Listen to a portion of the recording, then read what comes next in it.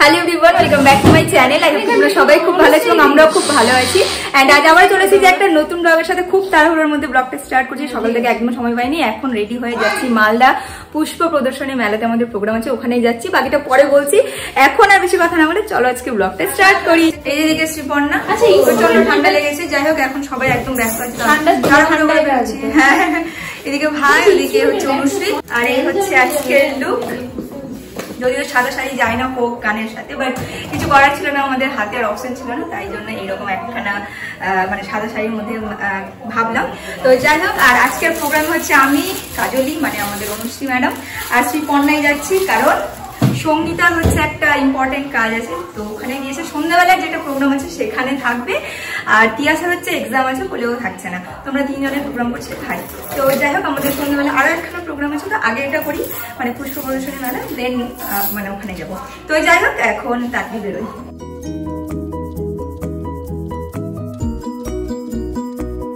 সাংস্কৃতিক মঞ্চ, এখানে গান বাজনার আয়োজন করা হয়েছে, সকলে উপভোগ করুন। শিল্পী ছোট বড় বড়দের নাচ ইত্যাদি সব হবে। আপনাদের উপস্থিতি অনুপ্রেরণা আমাদের। নমস্কার।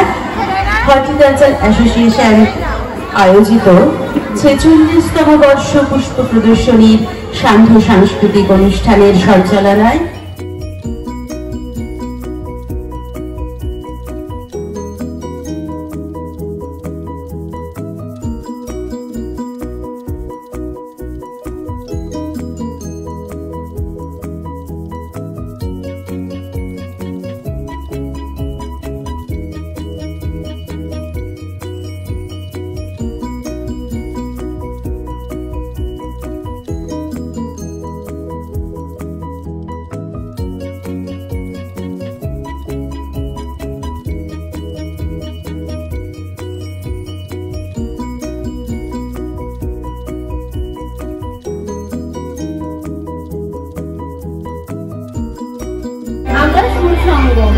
বছরের অন্তিম সন্ধ্যায় এত সুন্দর পরিবেশে আমাদের নিবেদন তুলে ধরার সুযোগ দেওয়ার জন্য সকলকে জানাই অসংখ্য ধন্যবাদ। তাহলে চলুন শুরু করি আমাদের প্রথম নিবেদন, লালন শাহের মিলন হবে কতদিন।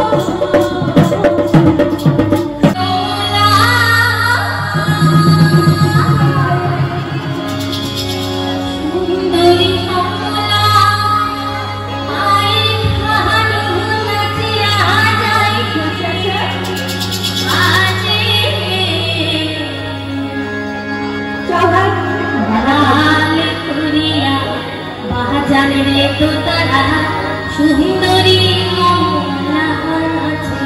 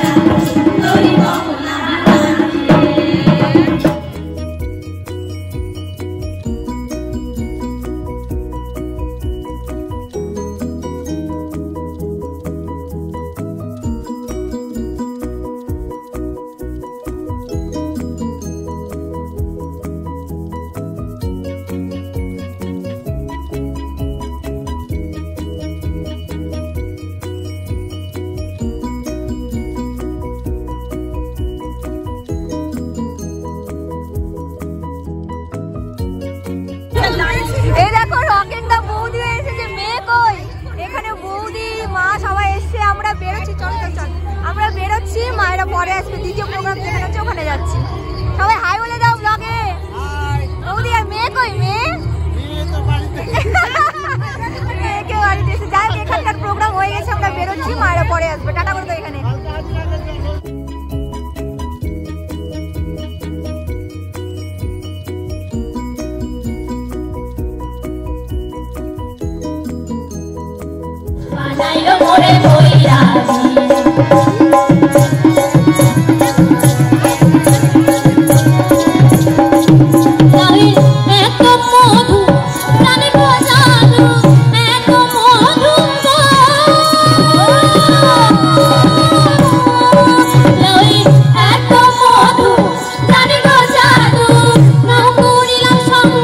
সঙ্গী হারে নাও করিলাম সঙ্গীর সঙ্গী জানে না।